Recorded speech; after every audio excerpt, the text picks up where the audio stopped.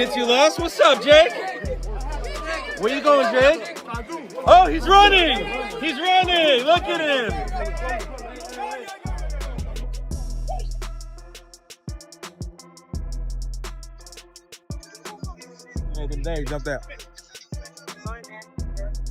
Chaos reportedly erupted near Miami International Airport when an unexpected confrontation involving Gervonta Tank Davis and Jake Paul exploded in public. There was no arena, no officials, and no build-up, just a sudden clash that caught everyone off guard. Onlookers panicked, security rushed in, and phones shot up as the moment spread instantly online.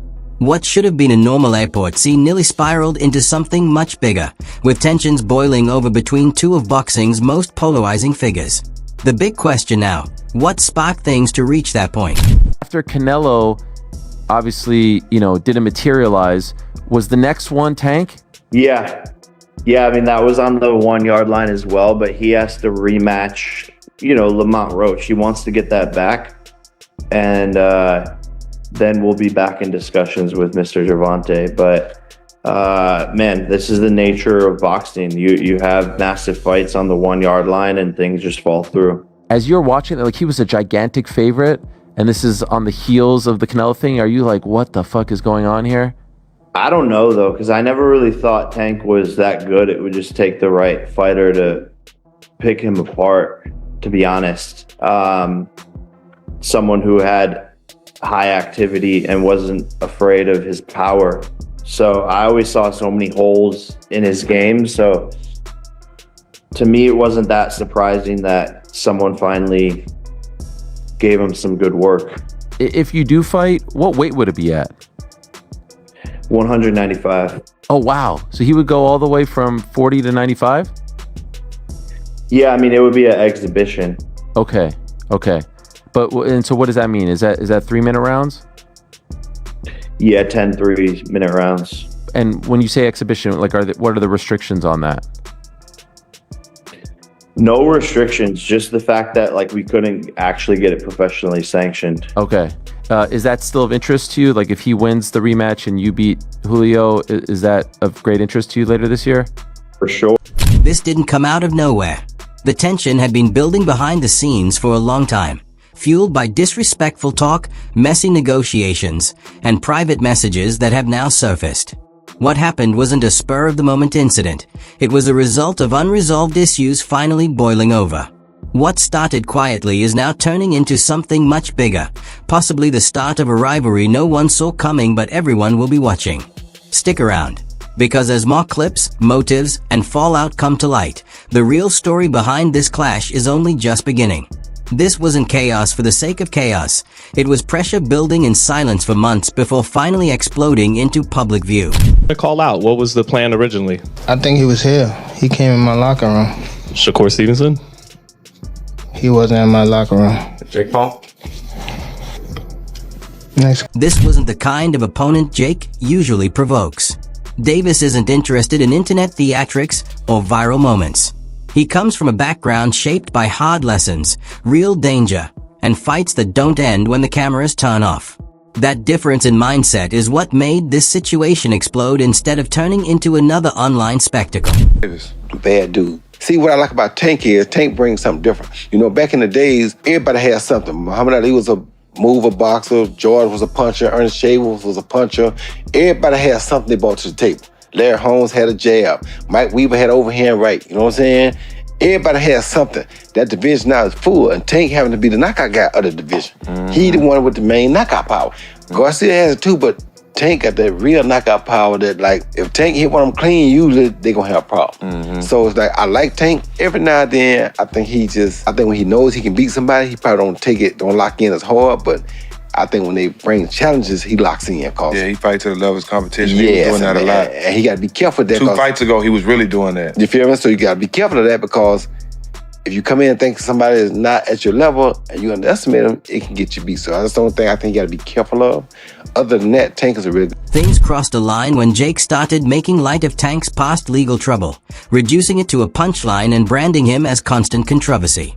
That wasn't just trash talk anymore. It struck a nerve and shifted the tone completely. Baltimore native and boxing champ Gervonta "Tank" Davis is sent to jail less than a month after he was ordered to serve 3 months of home detention. He was taken into custody after an impromptu hearing yesterday, and now he will finish his 90-day sentence in the Baltimore City jail. Deputies say Davis violated the terms of his home detention sentence in a 2020 hit-and-run crash. He said his home was too small, so he moved to the Four Seasons Hotel, but did not get permission from the judge. He received his 90-day sentence after pleading guilty in February to a crash that injured 4 people. Things escalated further when Jake took shots at Tank's rocky relationship with Floyd Mayweather, brushing him off as just another name lost in Floyd's orbit. That was the moment the joke stopped feeling harmless. Davis didn't fire back online, but sources say he didn't ignore it either. He stayed quiet, took note, and let the tension simmer. Then came Miami International Airport. Davis was reportedly arriving for a closed-door meeting with his camp as preparations continued for his upcoming rematch with Lamont Roach. Jake, on the other hand, was said to be coming off a separate trip, still riding momentum from his recent high-profile exhibition bout. Two paths crossed at the worst possible place, with months of unspoken tension already in the air. Actually, nice to get that camera. What's going on? What's up, Floyd? I can have what I want. What you mean with the camera? Oh, you got camera too. So what you supposed to The second they locked eyes, the air reportedly shifted.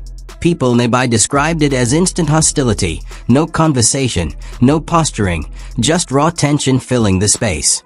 Before anyone could step in, Davis moved forward with a kind of explosiveness that made his reputation in boxing. What followed stunned everyone watching.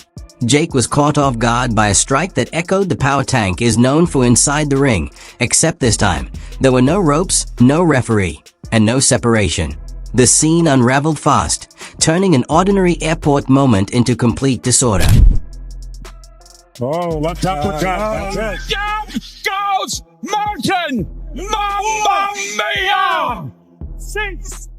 Online reactions exploded within minutes. Social media split down the middle. Some viewers argued the moment was inevitable after weeks of provocation, while others criticized Davis for letting things spill into real life instead of settling it under official rules. Alright, Jake, I'm filming. So guys, I'm in the hospital. I had an accident. I'm still going to be able to fight August 6th, so get your tickets at msg.com before they sell out. But I broke my back carrying the promotion for this event. It's broken. Oh, Jake, you good? Nurse! Jake, Nurse, more morphine! Oh my god. I broke my back carrying the last 5 fights promotion. My opponents never sell shit. Oh, it hurts! Do something. It hurts! These motherfuckers never sell shit! They couldn't sell a pen to a writer! So what really pushed Davis over the edge? Context matters. Tank has been carrying serious pressure lately, navigating changes in his inner circle, stepping forward without the safety net of past mentorship, and dealing with ongoing personal and legal complications that have kept his name in the headlines. Add the weight of expectations and a career-defining moment on the horizon, and it's a lot for anyone to manage. And then there's Jake Paul, who, fair or not, symbolizes everything Tank openly criticizes about modern boxing: viral fame over legacy, hype-driven matchups, and massive payouts without the traditional grind. To Davis, that contrast wasn't just annoying. It was a constant reminder of how much the sport has changed, and not in ways he respects. I called the Paul a clown following the Tyson fight. Tell us, exactly why it's found on that. Cause why would he even want to fight him? And who told Mike Tyson to fight anyway? Do you think that it might have tarnished Mike's legacy in a way? Yeah, they did. They definitely did. So when Jake started joking about Tank's private struggles, his fractured mentorships, his personal setbacks, even his time in trouble, it landed as more than trash talk. To Davis, it felt like piling on wounds that were already there. What happened in Miami wasn't about chasing attention or viral clips. In his mind, it was about drawing a hard line and demanding respect where he felt it had been stripped away.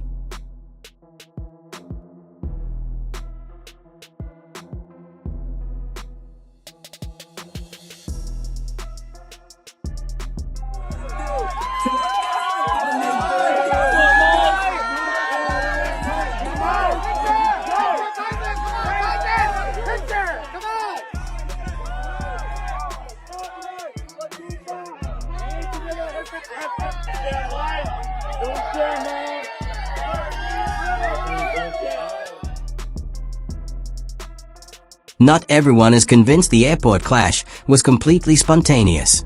Many fans are speculating that the encounter was a calculated move to generate buzz. And now, with official confirmation, the stakes are real. Gervonta Davis and Jake Paul are set to face off this November. Do you think that it's fair to call them boxers now? We talk about Logan brothers. I think it's okay to call Jake Paul a boxer. The only reason why I say that is because he do be in the gym. He's working on stuff. The fight that he fought Mike Tyson, I don't think he should have fought Mike Tyson because of who Mike Tyson is and the age. And he said that he didn't try to knock him out. Yes, you did. You just couldn't get the knockout. And he tried to knock him out. Eddie Hearn confirmed the matchup, explaining that Davis will take care of his rematch with Lamont Roach in August before stepping into the ring with Jake Paul. To some observers, the timing looks almost too neat. The airport incident, the measured silence from both sides, it all seems carefully choreographed to maximize attention. I gotta ask you, how real or what was to it with you and Tank actually being a thing? Was that something that was talked about? Yeah, no, it was highly talked about and in negotiations and almost ready to make happen, but he has to do his rematch with Lamont and get that W, and then we'll be able to run it back. But me and Gervonta were scheduled to fight for sure. Given both fighters' history of making waves in the media, a lot of fans suspect the entire episode was orchestrated to generate buzz and drive pay-per-view interest. Let's be honest, on paper, this matchup doesn't seem like the smartest move for Davis Correa. This might be the worst thing that ever happened in the history of humanity.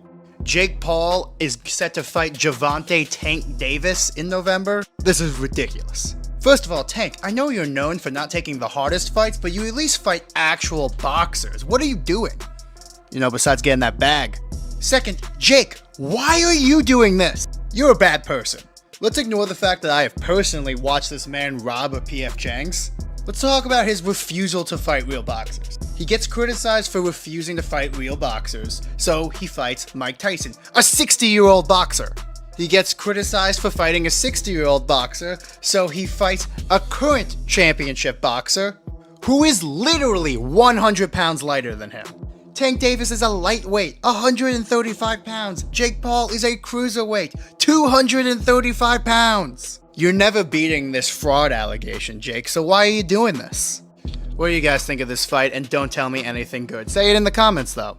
Imagine Davis dominates Lamont Roach in August. No debate, no drama, just a flawless performance. The critics are quiet, and he's back at the top of his game. Normally, the next step would be a high-profile bout against someone like Shakur Stevenson or a rematch with Devin Haney. But instead, he's stepping into the ring with a YouTube star, chasing headlines and streaming hype over traditional career logic.